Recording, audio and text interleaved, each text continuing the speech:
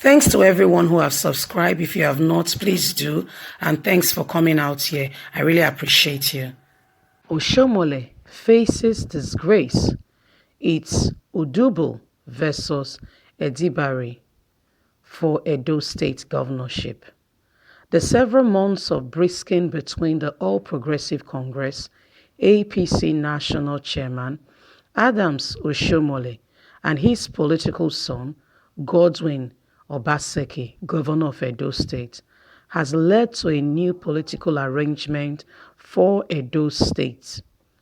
We gathered that younger people who are non-allianced with Oshiomhole nor Obaseki are teaming up to sponsor a candidate, Chief Solomon Edibari, who they believe can upset the status quo.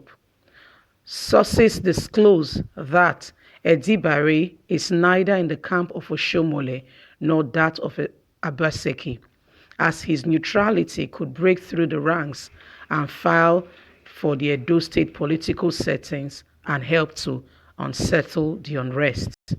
The young men and women are coming up to drum support for Edibari because they believe they need neutral person to break even. It is also the belief of these young people, the men and women, that Solomon Edibari can deliver political divisions and can help settle the serious unrest ravaging Edo State political settings. They explained that anybody that is brought by Oshiomhole, whether Dr. Pius Udubu or Pastor Iyamu or anybody, they will not work with. Oshiomhole has failed us before. We don't want to be fooled the second time, they declared. Therefore, we want a neutral person that can help our political setting in Edo State for furtherance to move forward. Well, you've heard it all. The youth of Edo State majority has come up to say that they are supporting a new candidate that is neither for Oshiomhole nor Obaseki. They're actually looking forward to political neutrality. They don't want anybody who has been in the political setting before. They want something totally new, fresh at this time. What they are saying is that Oshiomhole and Obaseki has been, the rivalry has been on. And this has not really helped the political setting of Edo State. So what they want now, they want a neutral person to help neutrify and nullify this rift between the two political strongholds in the state. They want somebody totally neutral that could help the state to move forward. Anyway, they are coming up with a candidate called the person of Solomon Edibari. They said this person is neither in any of the political parties. As sources reaching us is that Oshiomhole is in support of either Udubu or Pastor Iyamu. We all know that Iyamu had been with Oshiomhole all through this ordeal. He was in Abuja with him all through the process, the whole court case, and finally till he was reinstated by the party to be the national chairman after the Supreme Court said he could return as the party national chairman, although the case is still pending. So the young people of Edo State are saying they want somebody totally neutral for the Edo State political setting so as to move forward. That the people that are likely to be supported by Oshiomhole, either Udubu or Pastor Iyamu, who they've seen recently flocking around Oshiomhole and showing solidarity. This pastor actually moved from PDP. So he's a pastor. How can you talk about his credibility?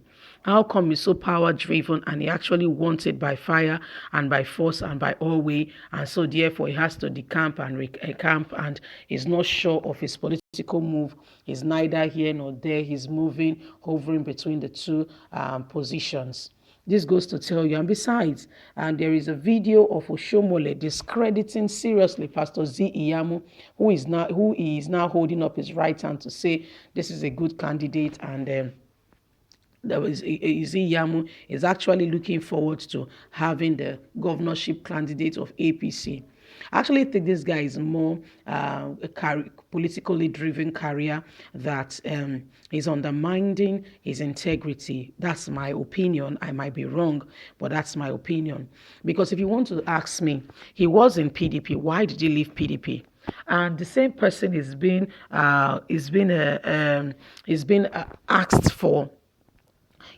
There is a lot of political matters against him. If you go through 2016 video when Oshiomhole was campaigning for Obaseki, you will see the level of discredit he gave to him, talking about PDP misappropriation of fund, embezzlement, project not being carried out. He spelled it out, and he really did a good job at that. The same person now is his right-hand man that could, potentially be having the APC ticket, because, this guy is seriously entangling himself and has decamped, totally renouncing PDP to flag himself with APC. Why did he leave PDP? Because he was in APC. His political career started in the 1990s. And, PDP was the one in charge of the state. It means he moves where the weather goes. He's not consistent. He's not focused. There is no agenda. There is no, forwardness to say, this is what I stand for. This is what I believe. And there's an ideology that people know him with and for. Obviously, that's not the case. Because what we can see here is that he's more politically driven, and by all means more power driven, to have a say in government and to speak, in the aims of affair of Edo State. But why? Is it to help out the common man on the streets? Is it to make the life of the common man better, or to continue to do as they please? To continue in the old ways that has not really moved Nigerian forward? These are questions that remains to be answered by the time he gets into administration. Don't forget that he has served also in political settings before. What was his political reputation? What can be said about it? Now, going on from Iziyi Yamu, let's go to Oshiomhole, who his political godson, the person of Godwin Obaseki, and who has said he's not my godfather. I appreciate the fact that he supported me and enhanced my getting into politics, into power. But I want to lead the Edo State people with the manifesto and the promise I gave to them. So these are some of the things that are happening between them. And so they are estranged right now as we speak. And so Oshiomhole feels betrayed. Obaseki feels he still needs that go ahead regarding his support for a second term. Don't forget that they're in the same party, and Oshiomhole kind of have his say regarding his second term ticket. And we've been hearing news reaching us is that they're actually working on the differences, according to a spokesman from Obaseki's camp during one of the events he had, before the whole issue of coronavirus, said Oshiomhole and Obaseki are actually working on reconciliation of their differences. So what the issue really is now, we are not totally sure, but we are here to keep you up to date as the matters unfolds and the issues comes up. So Nigerians, that's the political matter we are saying, and we are looking forward to a wonderful election here. Remember that September is around the corner. Can you remember exactly when we were saying Happy New Year? Yes, March is ending, and we are entering April by next week. That's how quick the months are flying by, and very soon we'll be entering April. Before you know it, June is over, it's August, and then September comes. But APC Edo State is insisting that Obaseki must go through the primaries. What that means is that he may lose the ticket if he does not have majority of the votes. And as we know now that the House is divided, there are those for Oshiomhole and there are those for Obaseki. And we know politics, majority is the number. So that's why some people want Oshiomhole's favor, are all flocking around him, looking forward to his favor so that they can get the political tickets. So Nigerians, these are some of the issues reaching us on ground. With Obaseki, Oshiomhole, and the youth coming up with a neutral candidate, like you heard, the person of Chief Solomon Edibare. So I would like to hear your take on this matter. Who is Chief Solomon? We would like to know who he is and what is his credibility, why the youth are supporting him. Thanks very much for listening. Please don't forget to thumbs up and subscribe. God bless. Have a good day. Bye.